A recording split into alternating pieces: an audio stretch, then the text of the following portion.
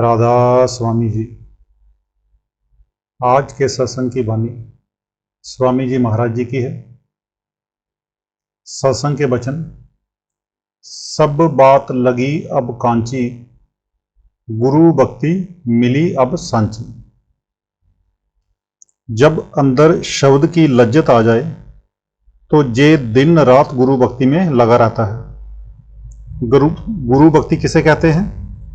मैं रोज बताता हूं कि जो बाहर सेवा की जाती है ये भी गुरु भक्ति है, मगर असली गुरु भक्ति कमाई करके 9 दरवाजे खाली करके सूरज चंद्रमा व तारों को पार करके अंदर गुरु को प्रत्यक्ष करना है। गुरु भक्ति बड़ा उत्तम अभ्यास है। जब हम गुरु को प्रत्यक्ष करके सामने उनसे बातें करेंगे तो समझो हमारा फर्ज पूरा हो गया। जब बच्चा अपनी माँ को अपने आप को माँ की गोद में डाल दे, फिर उसको कोई फिक्र नहीं। नहलाना दुलाना खिलाना मतलब कि सारी फिक्र माँ की है।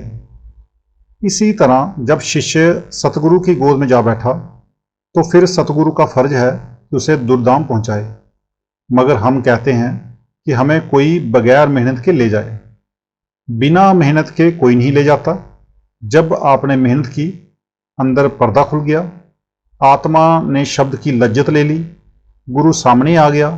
गुरु अमरदास जी कहते हैं, नानक जिन्हें को सतगुरु मिलया तिनका लेखा निबड़िया। अगर सतगुरु अंदर प्रकट हो गया फिर वह हमारा सब कुछ करेगा। राम सिंह डोगरा बाबा जी से पूछते हैं, हजूर क्या अंदर और बाहर एक ही जैसा है? तो महाराज जवाब देते हैं, पीहर में लड़की बेटी होती है और बाहर यानी ससुराल में बहू होती है। ये शरीर तो शिष्य को भी छोड़ देना है और गुरु को भी छोड़ देना है। जो हमेशा रहने वाला है वह अंदर है। लड़की का पीहर में ही और फर्ज है और ससुराल में और। राधा स्वामी की लीनी सरनी, सो जीव लगे वो तरनी। जब इसने सतगुरु की शरण ले ली, अपने आप को सतगुरु के हवाले कर दिया, तो समझ लो इसने अपना फर्ज पूरा कर दिया। आगे सतगुरु का फर्ज है वह अपने देश ले जाएगा। जो दुनिया का परमेश्वर है वह काल है। जिसको दुनिया पूजती है वह इनको खाता है। इस पर्दे को संतों ने आकर उठाया है। सारा संसार काल के जाल में है। संत जीवों को काल के जाल में से निकालने यानी बचाने के लिए आते हैं। आप देख लो आजकल जमाने की हवा कैसी बिगड़ी हुई है। एक ही देश के रहने वाले, एक ही परमात्मा के पुत्र, पर आपस में करोड़ों बेईमानियां बुराइयां कर रहे हैं। ये किसकी बेईमानी है? मन की। अगर परमात्मा को अंदर देखें तो क्या लोग खून करें? इस्लाम कहता है कि दाई मुल खमर, काते उल शजर और जाबे उल बकर, ये तीनों बख्शे नहीं जाते। एक राह चलते आदमी के पेट में शुरा गोंपना, ये सब काल का जाल है। ये कौमें क्यों लड़ती हैं? ये मुल्क क्यों लड़ते हैं? इनके खोटे कर्म। काल इन्हें बर्बाद कर रहा है। ना मुल्क उनका है ना इनका है, ना उन्हें जहां रहना है और ना इन्हें जहां रहना है। जिस तरह मीठे पर मक्खियां आपस में लड़ती हैं, इसी तरह ये आपस में लड़ते हैं। गुरु कहें नित समझाई, कर खोज शब्द गट जाई। अब सारे संत महात्मा कामिल फकीर, चाहे वे हिंदू हैं चाहे मुसलमान चाहे किसी और जाति के, जो सचखंड पहुंच गए, इसको आकर समझाते हैं कि प्यारे ये देश तेरा देश नहीं, ये कौम तेरी कौम नहीं, ये मजहब तेरा मजहब नहीं। तेरा देश सचखंड, तेरी कौम सतनाम और तेरा मजहब तजलियाते हक यानी परमात्मा का नूर है। अगर तुझे उस देश में जाना है तो राह तेरे अंदर है। क्या कर? किसी महात्मा से नाम लेकर उसकी कमाई करता हुआ सूरज चंद्रमा और सितारे लांघकर ऊपर आ जा। आगे तुझे उस महात्मा का नूरी स्वरूप मिलेगा जो हर मंजिल पर तेरे साथ जाएगा। महात्मा वह नहीं जो 2 लफ्ज बताकर अलग हो जाएं, बल्कि जब तू उनके पास जाएगा वे कहेंगे कि हम हर मंजिल पर तेरे साथ हैं, तुझे ताम पहुंचाकर ही दम लेंगे, तुझे सचखंड पहुंचाकर ही दम लेंगे। फिर वह ये नहीं कहते कि तू कौम छोड़, मस्जिद छोड़, बाल बच्चे छोड़। उनका उपदेश तो ये है कि अपने अपने मस्जिद में रहो, अपनी अपनी कौम में रहो, अपने अपने कुटुंब में रहो और नाम जप कर पर्दा खोलो, जीते जी मुक्ति हासिल कर लो और परमात्मा से मिल जाओ। फिर वह अपना बोझ किसी पर नहीं डालते, बल्कि अपना बोझ आप उठाते हैं। फिर भी हमें उन पर यकीन नहीं आता। कहते हैं कि प्यारे तेरे अंदर गुरबानी कलाम इलाही हो रही है, तेरे अंदर वह गीत हो रहा है जिसे गुरु नानक साहब आद सच जुगात सच कहते हैं। अंदर चढ़ और उसे सुन। मगर हम इतना भी नहीं कर सकते। जे सुने ना गुरु के बैना, कस खुले हिये के नैना। कहते हैं कि जे गुरु की तालीम को सुनता ही नहीं। जो महात्मा सचखंड से आते हैं वे मुक्ति हासिल करने की तालीम देते हैं, जन्म मरण खत्म करने की दवा देते हैं, मगर ये उनकी तालीम को कबूल नहीं करता। इसके अंदर दस्ती ही नहीं। अगर दवाई लाकर रख छोड़ो तो कोई फायदा नहीं। अगर वह दवाई खाता तो असर होता और बीमारी चली जाती। फिर अंदर का पर्दा खुले तो खुले किस तरह? बिरला कोई जीव अधिकारी, गुरु बचन करे आधारी। कहते हैं कि कोई बिरला ही भाग्यशाली जीव होता है जो संतों की संगति में आता है और उनका कहा मानता है। जिस पर मालिक की अति दया होती है वही संतों की संगति में आता है और नाम लेकर उसकी कमाई करता है। नहीं तो कौमों की कौमें, मजहबों के मजहब नाम को छोड़कर लफ्जों में उलझे हुए हैं, लेकिन लफ्ज नाम नहीं। यही गुरु तेग बहादुर साहब कहते हैं, जन नानक कोटन में कोऊ भजन राम को पावे।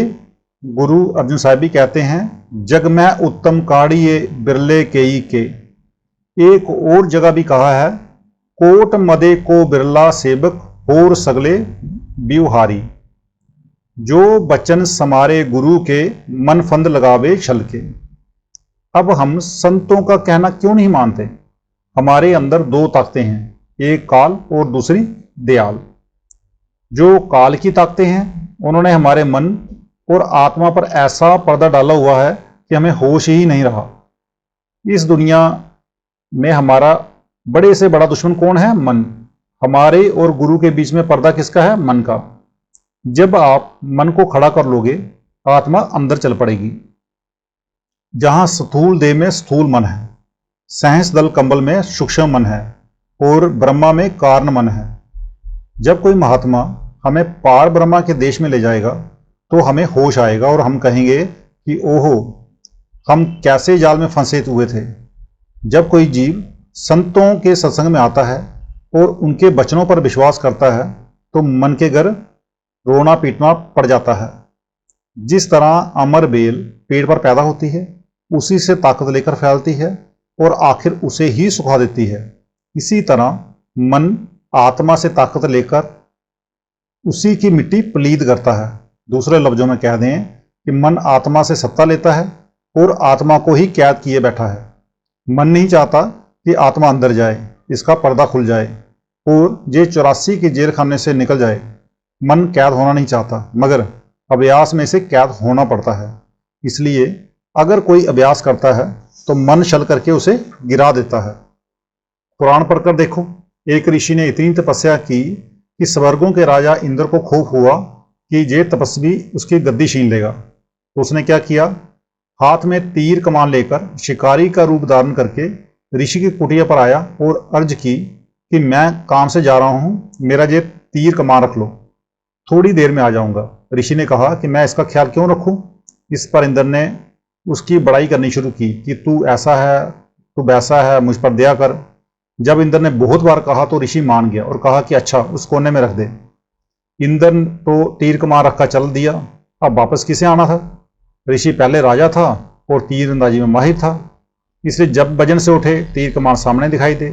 रोज रोज देखने से तीर कमान का ध्यान मन में पक्का होता गया।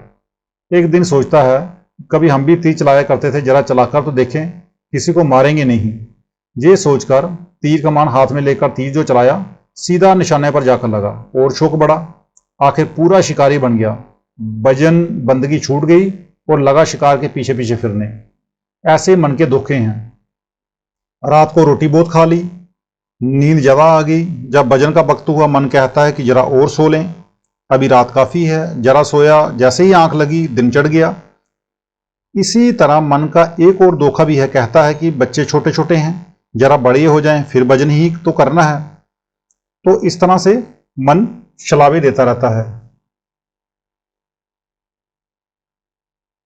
बात तो यह है कि मन अंदर नहीं जाने देता, ये हजारों छल करता है। आप रोज सुनते हैं कि मन नहीं मानता। अगर आप इसका मुकाबला नहीं करते तो आपका कसूर है। मन रोए पीटे मगर भजन मत छोड़ो, इसका इलाज ही डंडा है, यानी शक्ति है। आप साखियां पढ़कर देख लें। मन शतुर बेमुहार यानी बेनकेल का ऊंट है, अपना शासन या हुकूमत चाहता है और गुरु भक्ति की तरफ तो आने ही नहीं देता। जब तक गुरु भक्ति नहीं, नाम भक्ति कहां। जो पानी आंखों, नाक, कान, मुंह और अलग अलग नलों के जरिए बहता है, उसे एक नल में ले जाओ तो देखो कितने जोर से पानी बहता है और उसमें कितनी ताकत आ जाती है। जिस तरह एक कमांडर इन चीफ है, सारी फौजों के सिपाही उसके पीछे हैं। अगर उसका हुक्म मानकर सभी सिपाही दुश्मन के साथ लड़ें तो कामयाब हो जाएंगे।